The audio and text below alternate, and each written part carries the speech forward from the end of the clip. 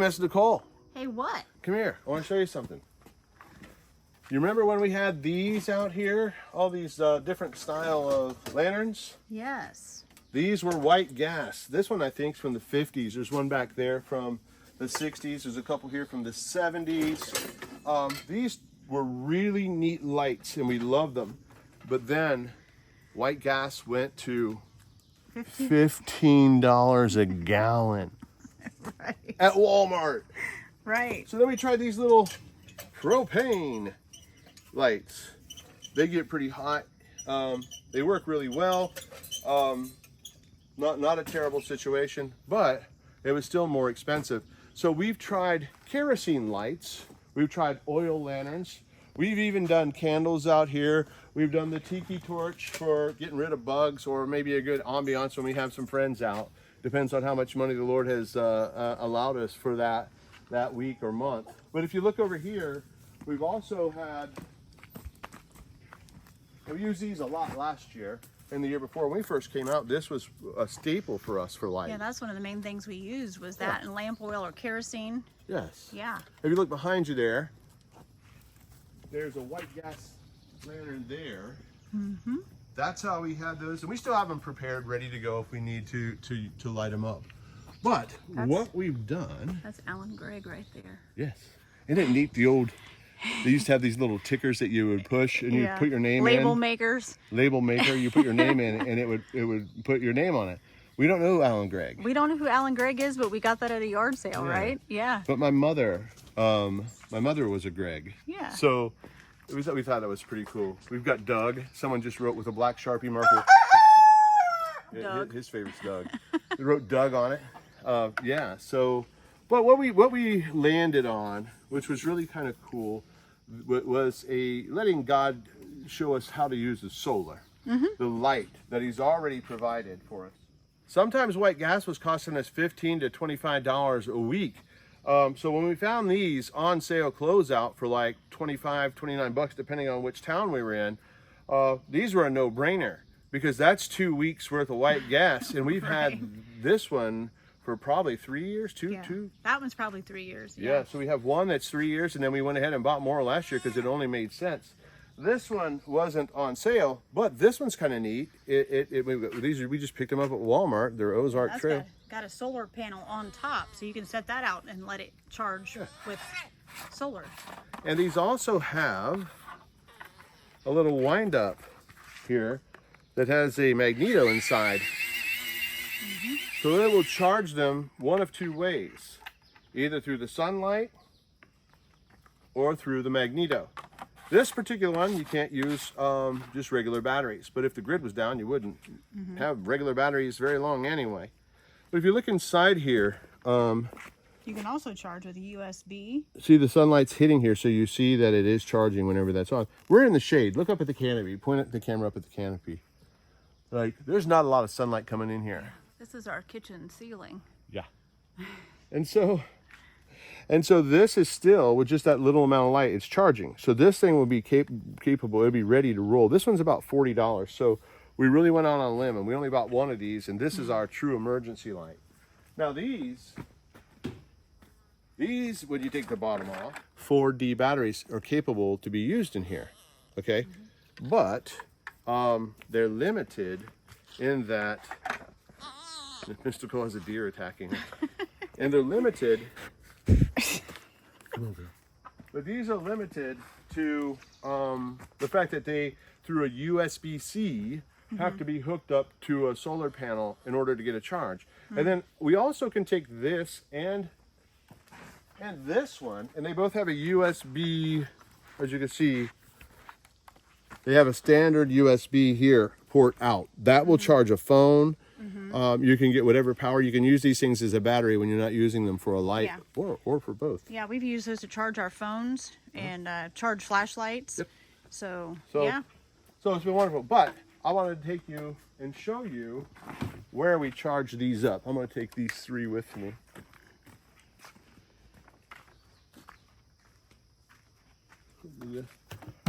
Pull this back. Okay, so this is our utility trailer. We keep tools in here. It's got a little bed here in case somebody came out and wanted to spend the night. There's a tent in here. We keep our propane stuff in here.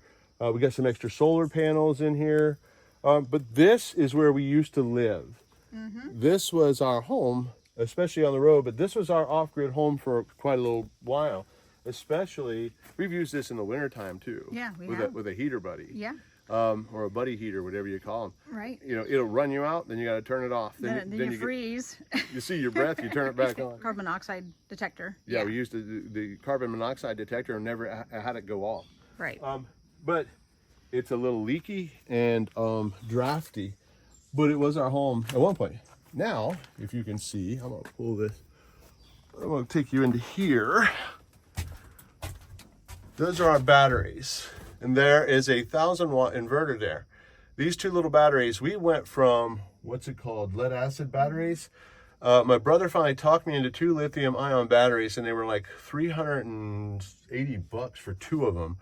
And it made a world of difference. These things are so far superior to lead acid. And we were running 4 lead acid batteries that were from old cars. Mm-hmm.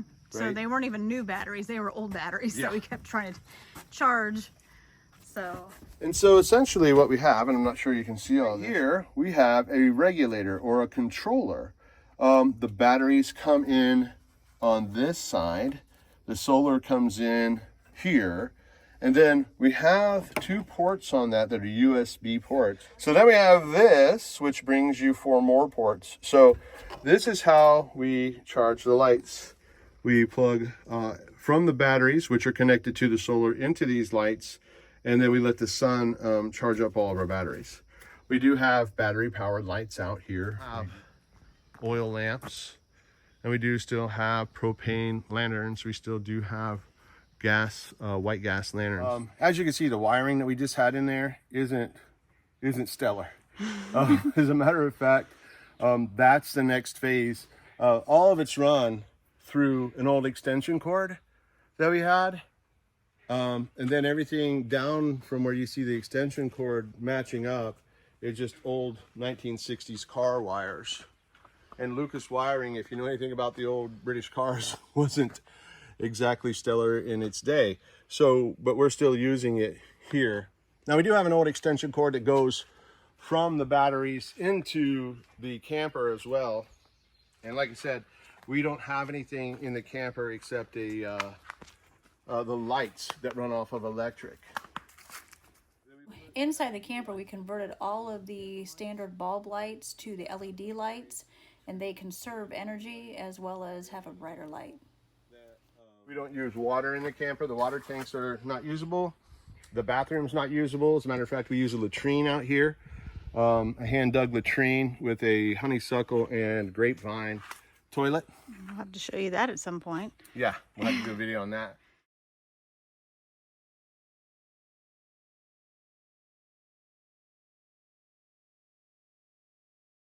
Sometime soon.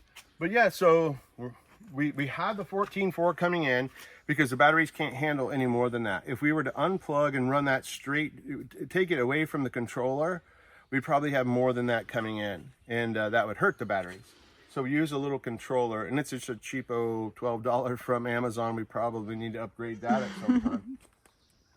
So cheap is what we have to be, I guess, or inexpensive when you're in full-time ministry. See, this is an old extension cord that we took apart and used for the wires to run power to our camper from our horse trailer, and also hit the pump and the shower in between. Yeah, and this is another old orange extension cord that we've used that comes from the batteries, and that goes into the camper. That was a well-used one too. That one was It's a little faded. well used. But when we do ministry full-time, there's Have to be responsible with our money. yes, it's feast and famine in full-time ministry. You never know, because you don't have enough hours in the day to have what the world would call a real job. And so you're out doing the work of the Lord. And so we live off-grid because we couldn't afford it any other way. And so sometimes you're going to have to use an extension cord that is black electric taped to an old 1965 TR4 wiring that then is to an old 1965 camper switch. Yeah, so recycling is the name of the game out here, and so you're going to see a lot of this kind of stuff. And we're just now getting to the point where one piece at a time, we've gone from 15-watt glass solar panels to 100. To 100. Yeah. And we're getting ready to try to tie 3 of those together. Never had refrigeration. Never had out here. refrigeration, never had running water. Yeah. But the sunlight powers our pump, that powers our water, that powers our lights. And so God is good. God And is He good. supplies all of our needs. He does. I don't know if you showed these, but these have been pretty cool to have out here. They bring us some light when we're coming into camp if it's dark. It's got a little solar panel that sits on top of the horse trailer, and when it gets dark, these come on.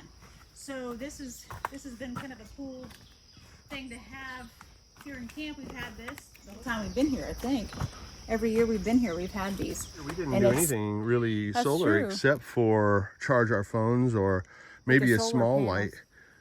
We had three 15-watt Yeah, panels. yeah, So it didn't ring in one car battery. We got a picture of that. We'll have to post yeah. that. We'll have to post that.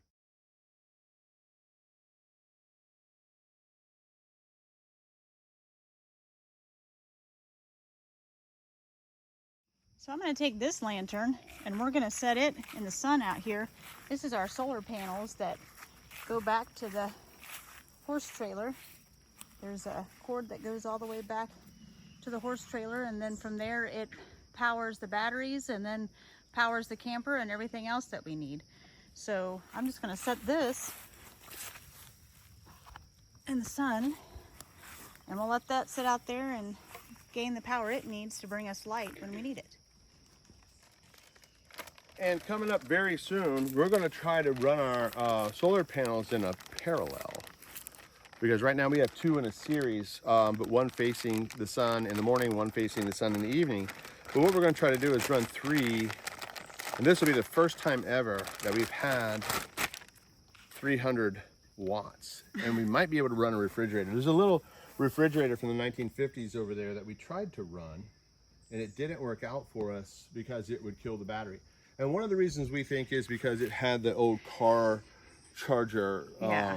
port. And we found there's 2 different kind of cords that we can use. And one of them is like the old car plug. And if you can see, it's a little damaged. But this is one maybe from the 60s, 70s. But this would go on top of here. And it's an old refrigerator we picked up for like $50 about 8 years ago. Because we had $50 at the time. This plug, what we found is in the off-grid, these type of plugs are not reliable. If you can avoid these plugs, you should do it. Anytime we've used those, it seems to drain the batteries. Now, these, can you see them? I can see them.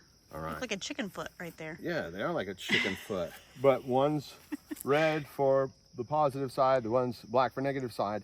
And then you can split off to 3 solar panels that you can run in parallel, so you're not pushing too much energy in.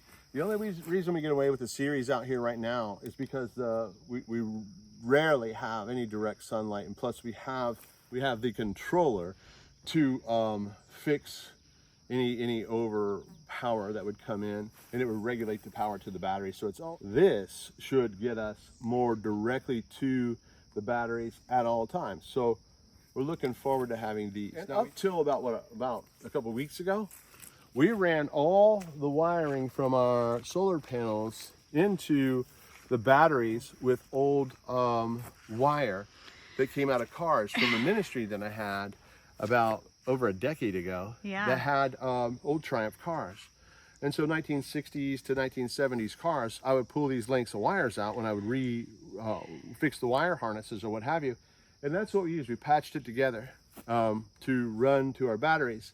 Well, this year we came up with enough extra money that the Lord had allowed us to put in a decent and new cable. One that was intended just for this purpose. Just for this. Yeah. I think it's really hard to argue the point that the ambiance from some of the gas lights and things like that were really cool. We really liked them. We liked repairing them. there was a lot of time with God that we could clean them, and it was just something we did to relax. Even filling them up with the fuel. Filling them up, lighting them was always an Yeah. adventure, especially the old ones, because The old sometimes it was socks. a whoosh. Yeah. But money being money, when we bought these lights, so we've got about $140 to $150 in 5 lamps, Yeah. 5 solar lanterns. Okay, and so, but if you take and say per month we were spending around $100 a month in white gas, and over 12 months that's $1,200 Yeah. compared to $150. Yeah. You just can't beat you it. can't beat that. And one of the very biggest purchase we ever had was those batteries, and they were almost $400, $375. Yeah. So we thought, oh no, we never buy things like this. We're just going to keep using old car batteries. Yeah. So really, we had to kind of go out on a limb and pray about it. But the Lord said, hey, go for it. And I tell you what, that $350 has kept us from breaking down. And when you think about that, $300. Compared to, hey, we better run and get another used car battery somewhere, Yeah. break somebody for something. Right. And they have 18,000 charges, 18,000 cycles. Yeah. So hardly any hassle. It's consistent with the charge. So we've been thankful for that. But from what we had before to what we have now is day and night. If you keep a flashlight charged up and if something went out, let's say a squirrel ate through our wire and those batteries went down, we always keep these extra lights on so we can go find that repair. The solar panels have charged them anyway. So the system's like, it's a godsend, and there's really no downside to it. Yeah. The Lord's been good. Lord's been good. Yes. God is good. God is good.